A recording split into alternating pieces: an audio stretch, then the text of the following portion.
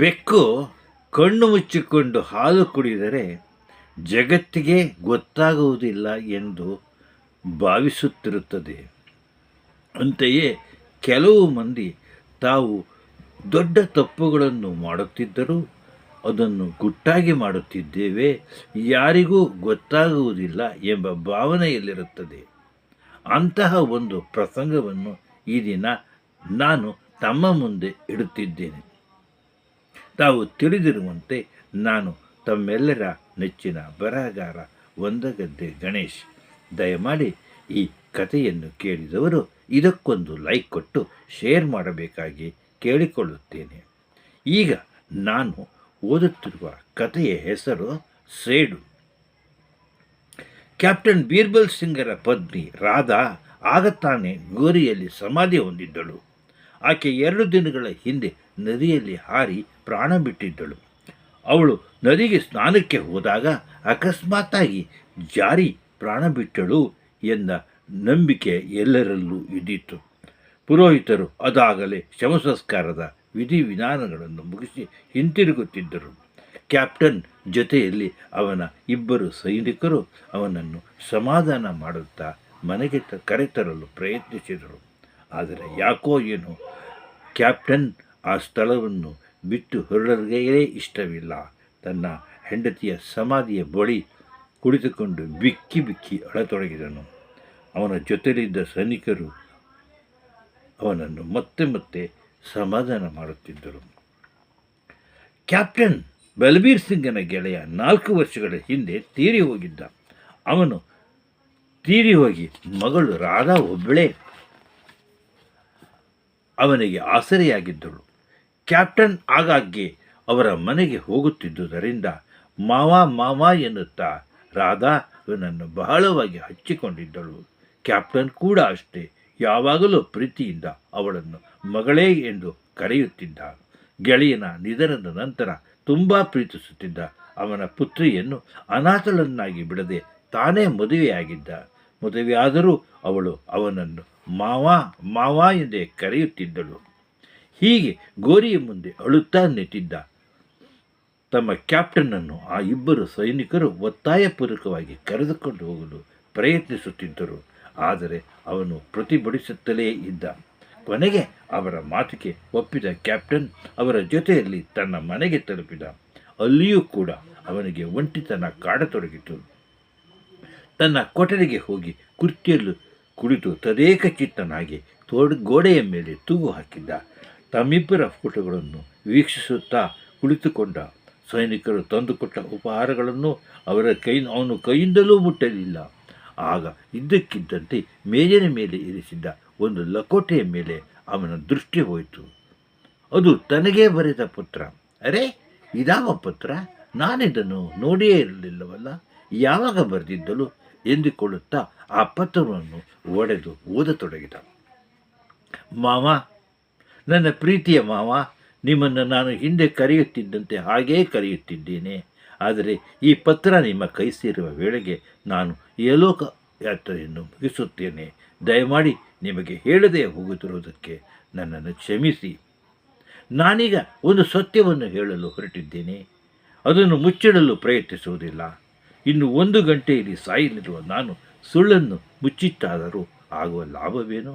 ಸಾವನ್ನು ಅಪ್ಪಿಕೊಳ್ಳಲು ಸಿದ್ಧಳಾಗಿರುವ ನಾನು ಸತ್ಯವನ್ನೇ ಹೇಳುತ್ತಿದ್ದೇನೆ, ಕೇಳಿ. ಅಪ್ಪನ ಕಾಲಾನಂತರ ಉದಾರತೆಯಿಂದ ನನ್ನನ್ನು ಪ್ರೀತಿಸಿ ಮದುವೆಯಾದರೆ ನಾನು ಕೂಡ ತುಂಬ ಪ್ರೀತಿಯಿಂದ ನಿಮ್ಮನ್ನು ಮದುವೆಯಾಗಿ ನಿಮಗೆ ನನ್ನನ್ನು ಅರ್ಪಿಸಿಕೊಂಡೆ. ನನ್ನ ಹೃದಯದಿಂದ ನಿಮ್ಮನ್ನು ಸಂಪೂರ್ಣ ಪ್ರೀತಿಸಿದೆ. ತಂದೆಯ ಪ್ರೀತಿಸಿದಂತೆ ನಿಮ್ಮನ್ನು ತುಂಬ ಪ್ರೀತಿಸಿದೆ. ಒಂದು ಬಾರಿ ನಾನು ನಿಮ್ಮ ತೊಡೆಯ ಮೇಲೆ ಕುಳಿತಿದ್ದೆ. ಆಗ ನೀವು ನನಗೆ ಮುತ್ತಿಡುತ್ತಿದ್ದಿರಿ. ನಾನು ನಿಮ್ಮನ್ನು ನನಗೆ ಗೊತ್ತಿಲ್ಲದಂತೆಯೇ ಅಪ್ಪ ಎಂದು ಕರೆದುಬಿಟ್ಟೆ. ಅದು ಹೃದಯದಿಂದ ತಾನಾಗಿ ಉಕ್ಕಿದ ನೇರವಾದ ವಾಣಿ. ನಿಜವಾಗಿಯೂ ನೀವು ನನಗೆ ತಂದೆಯಾಗೇ ಇದ್ದೀರಿ. ಅದನ್ನು ಬಿಟ್ಟು ಬೇರೆ ಏನೂ ಇಲ್ಲ ಎಂದು ನಕ್ಕು ಹೇಳಿದಿರಿ. ಯಾವಾಗಲೂ ಹಾಗೆಯೇ ಸಂಬೋಧಿಸು ಮಗು, ನನಗೆ ಅದೇ ಸಂತೋಷ ಎಂದು ಹೇಳಿದಿರಿ. ಮುಂದೆ ನಾವು ಪಟ್ಟಣಕ್ಕೆ ಬಂದೆವು. ಅಲ್ಲಿ ನಿಮ್ಮ ಜೊತೆಯಲ್ಲಿ ಸುಖವಾಗಿಯೇ ಇದ್ದೆ. ಆದರೆ ಮುಂದಿನ ದಿನಗಳಲ್ಲಿ ನಾನು ಒಂದು ಸಮಸ್ಯೆಯಲ್ಲಿ ಸಿಕ್ಕಿ ಒದ್ದಾಡತೊಡಗಿದೆ. ನಿಮ್ಮ ಸಹೋದ್ಯೋಗಿ ಒಬ್ಬ ನನ್ನ ಮೇಲೆ ಕಣ್ಣು ಹಾಕತೊಡಗಿದ. ನಾನು ಅವನನ್ನು 2 ವರ್ಷಗಳ ಕಾಲ ಪ್ರತಿಭಟಿಸಿದೆ. ಅವನು ನಿಮ್ಮ ಅರಿವಿಗೆ ಬರದಂತೆ ನನ್ನನ್ನು ಕಾಡುತ್ತಲೇ ಇದ್ದ. ಅದು ಹಾಗೆಯೇ ಮುಂದುವರಿಯುತ್ತಾ ಹೋಯಿತು. ಇದಕ್ಕೆ ಕಾರಣಕರ್ತನಾರು? ಬಹುಶಃ ತಮ್ಮಿಂದ ಊಹಿಸಲು ಸಾಧ್ಯವಿಲ್ಲ. ಆ ಬಗ್ಗೆ ನನಗೆ ಚಿಂತೆ ಇಲ್ಲ. ನನ್ನ ಸುತ್ತಲೂ ಸುಮಾರು 12 ಜನ ಸೈನಿಕರು ಸುತ್ತದಿದ್ದನ್ನು ತಾವು ಬಲ್ಲಿರಿ. ತಾವು ಅವರನ್ನು ನಕ್ಷತ್ರದ ಪುಂಜ ಎಂದು ಕರೆಯುತ್ತಿದ್ದೀರಿ. ಅವರಲ್ಲಿ ಫಿಲಿಪ್ಸ್ ಎಂಬ ನಿಮ್ಮ ಆತ್ಮೀಯ ಶಿಷ್ಯನೇ ನನ್ನನ್ನು ಕಾಡುತ್ತಿದ್ದ ವ್ಯಕ್ತಿ. ಒಂದು ದಿನ ನಾವೆಲ್ಲರೂ ಪಕ್ಕದ ದ್ವೀಪಕ್ಕೆ ಹೋಗಬೇಕಾಗಿ ಬಂದಿತು. ಅದೊಂದು ಚಿಕ್ಕ ಚಿಕ್ಕ ದ್ವೀಪಗಳ ಸಮೂಹ. ತಮಗೆ ಗೊತ್ತಿರಬೇಕಲ್ಲವೇ?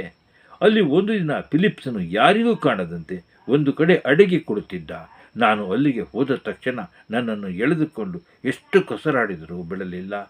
ನನಗೆ ಅವನಿಂದ ತಪ್ಪಿಸಿಕೊಳ್ಳಲು ಸಾಧ್ಯವಾಗಲಿಲ್ಲ. ನಡೆಯಬಾರದು ನಡೆದೇ ಹೋಯಿತು. ಈ ಘಟನೆ ನಡೆದ ನಂತರ ಅವನು ನನಗೆ ಆಗಾಗ್ಗೆ ಪತ್ರ ಬರೆಯುತ್ತಿದ್ದ, ಗುಪ್ತ ಸ್ಥಳಗಳಿಗೆ ಕರೆಯುತ್ತಿದ್ದ. ಉತ್ತರಿಸದೆ ಹೋದರೆ ಅಥವಾ ಅವನು ಕರೆದಲ್ಲಿಗೆ ಹೋಗದೆ ಹೋದರೆ ನಿಮಗೆ ವಿಷಯ ತಿಳಿಸುವುದಾಗಿ ಬೆದರಿಸುತ್ತಿದ್ದ. ಹಾಗಾಗಿ ಹೆದರಿ ನಾನು ಅವನ ಕರೆದಲ್ಲೆಲ್ಲ ಹೋಗುತ್ತಿದ್ದೆ ಹಾಗೂ ಅವನ ಪತ್ರಗಳಿಗೆ ಉತ್ತರಿಸುತ್ತಿದ್ದೆ. ಈ ರೀತಿಯಲ್ಲಿ ಅವನು ನನ್ನನ್ನು ಮಾನಸಿಕವಾಗಿ ಹಾಗೂ ದೈಹಿಕವಾಗಿ ಕಾಡುತ್ತಾ ಬಂದ. ಅಪ್ಪ, ನನಗೆ ನಾನು ಹೇಳಿ ಎಂದು ಭಯ ಕಾಡತೊಡಗಿತು. ನನ್ನ ಪರಿಸ್ಥಿತಿ ಅತ್ತದಲ್ಲಿ ಇತ್ತ ಪುಲಿ ಎಂಬಂತಾಯಿತು. ನಾನು ಈ ವಿಷಯವನ್ನು ನಿಮಗೆ ಹೇಳಿದರೆ ಫಿಲಿಪ್ಸನ್ನು ನೀವು ಕೊಂದು ಹಾಕುವಿರಿ ಎಂದು ಬೆದರತೊಡಗಿದೆ. ಹೇಳದೆ ಹೋದರೆ ಅವನ ಕಾಟದಿಂದ ತಪ್ಪಿಸಿಕೊಳ್ಳಲಾಗುತ್ತಿರಲಿಲ್ಲ. ಒಂದು ರೀತಿಯಲ್ಲಿ ಏನನ್ನೂ ಹೇಳಲಾಗದೆ ಹುಚ್ಚಾಗತೊಡಗಿದೆ. ತುಂಬ ಹತಾಶಳಾಗಿದ್ದೆ. ನನ್ನನ್ನು ಹಾಳು ಮಾಡಿದ ಆ ಕಪಟಿಯನ್ನು ಕೊಲ್ಲುವ ಯೋಚನೆಯೂ ಮನಸ್ಸಿಗೆ ಬಂದಿತ್ತು. ಆದರೆ ಧೈರ್ಯ ಸಾಕಾಗಲಿಲ್ಲ. ಕೊನೆಗೆ ಅದಕ್ಕಾಗಿ ನಾನು ನದಿಗೆ ಹಾರಿ ನನ್ನ ಬದುಕನ್ನೇ ಕೊನೆಗೊಳಿಸಬೇಕೆಂದು ಹೊರಟಿದ್ದೇನೆ. ಇದನ್ನು ಯಾರೂ ತಪ್ಪಿಸಲಬಾರರು. ಈ ಪತ್ರ ತಮಗೆ ತಲುಪುವ ವೇಳೆಗೆ ನಾನು ಏಲೋಕದಲ್ಲಿರುವುದಿಲ್ಲ. ಸಾಧ್ಯವಾದರೆ ನನ್ನನ್ನು ಕ್ಷಮಿಸಿ. ನಿಮಗೆ ನನ್ನ ಕೊನೆಯ ನಮಸ್ಕಾರಗಳು. ಪತ್ರವನ್ನು ಓದುತ್ತಾ ಕ್ಯಾಪ್ಟನ್ ಬಲವೀರ್ ಸಿಂಗ್ ಆ ಚಳಿಯಲ್ಲೂ ಬೆವರಿ ಹೋದ. ತನ್ನ ಆತ್ಮೀಯ ಶಿಷ್ಯನೇ ತನ್ನ ಬೆನ್ನಲ್ಲಿ ಚೂರಿ ಹಾಕುತ್ತಾನೆ ಎಂದು ಅವನು ಕನಸು ಮನಸ್ಸಿನಲ್ಲಿಯೂ ಭಾವಿಸಿರಲಿಲ್ಲ. ಕರವಸ್ತ್ರದಿಂದ ತನ್ನ ಬೆವರನ್ನು ಉಳಿಸಿಕೊಳ್ಳುತ್ತಿದ್ದರೂ ಅದು ಮತ್ತೆ ಮತ್ತೆ ಮುಖದಲ್ಲಿ ಇಳಿಯುತ್ತಲೇ ಇತ್ತು. ಕೊನೆಗೆ ಕೋಪ ತಡೆಯಲಾರದೆ ಬೆಲ್ಲನ್ನು ಬಾರಿಸಿದ. ಒಳಕ್ಕೆ ಬಂದ ಸೇವಕನಿಗೆ, ಎಲ್ಲಿ ಆ ಫಿಲಿಪ್ಸನನ್ನು ಒಳಗೆ ಕಳುಹಿಸಿ ಎಂದು ಕರ್ಕಶವಾಗಿ ಗರ್ಜಿಸಿದ. ಅದೇ ಕೋಪದಲ್ಲಿ ಮೇಜಿನ ಡ್ರಾವನ್ನು ಎಳೆದು ಅದರಲ್ಲಿದ್ದ ರಿವಾಲ್ವರನ್ನು ಕೈಯಲ್ಲಿ ಗಟ್ಟಿಯಾಗಿ ಹಿಡಿದುಕೊಂಡ. ಇದಾವುದನ್ನೂ ಅರಿಯದ ಫಿಲಿಪ್ಸ್ ಒಳಗೆ ಪ್ರವೇಶಿಸಿದ. ಕುಡಿ ಮೀಸೆಯ ಅಜಾನುಭಾವು 30ರ ಯುವಕ ತನ್ನ ಕಪಟ ಕಣ್ಣುಗಳನ್ನು ಇವನ ಹತ್ರ ತಿಳಿಸುತ್ತಾ ಏನಪ್ಪಣೆ ಎನ್ನುವಂತೆ ಕೇಳಿದ. ಅವನನ್ನೇ ದಿಟ್ಟಿಸಿ ನೋಡುತ್ತಾ ಕ್ಯಾಪ್ಟನ್ ಕಣ್ಣುಗಳು ಬೆಂಕಿ ಯುಂಡಿಯಂತೆ ಉದುರುತ್ತಿದ್ದವು. ನನ್ನ ಹೆಂಡತಿ ಸಾಯುವುದಕ್ಕೆ ಕಾರಣವೇನು ಹೇಳುತ್ತೀಯಾ ಎಂದು ಗರ್ಜಿಸಿದ. ರಿವಾಲ್ವರನ್ನು ಅವನ ಕಡೆಗೆ ಗುರಿಯಿಟ್ಟ. ಕ್ಯಾಪ್ಟನ್ ಏನು ಮಾಡುತ್ತಿದ್ದೀರಿ? ದಯಮಾಡಿ ನನ್ನನ್ನು ಕೊಲ್ಲಬೇಡಿ ಎಂದು ತೊದಲುತ್ತಾ ಅವನಿಗೆ ಕೈ ಮುಗಿದು ನಮಸ್ಕರಿಸಲು ಬಾಗಿದ. ಹೀಗೆ ಬಾಗಿದ ಅವನ ಹಣೆಗೆಯೇ ಗುರಿಯಿಟ್ಟು ಕ್ಯಾಪ್ಟನ್ ಗುಂಡು ಹಾರಿಸಿಯೇ ಬಿಟ್ಟ. ಹಾಗೆ ಕೆಳಕ್ಕೆ ಉರುಳಿ ರಕ್ತದ ಮುಡುವಿನಲ್ಲಿ ಬಿದ್ದು ಒದ್ದಾಡುತ್ತಿರುವ ಫಿಲಿಪ್ ತನ್ನ ಪರಿಸ್ಥಿತಿಯನ್ನು ನೋಡಿ ತೂಗು ಹಾಕಿದ್ದ ರಾಧಳ ಮುಖದಲ್ಲಿ ನಗು ಅರಳಿದಂತೆ ಕಾಣತೊಡಗಿತು.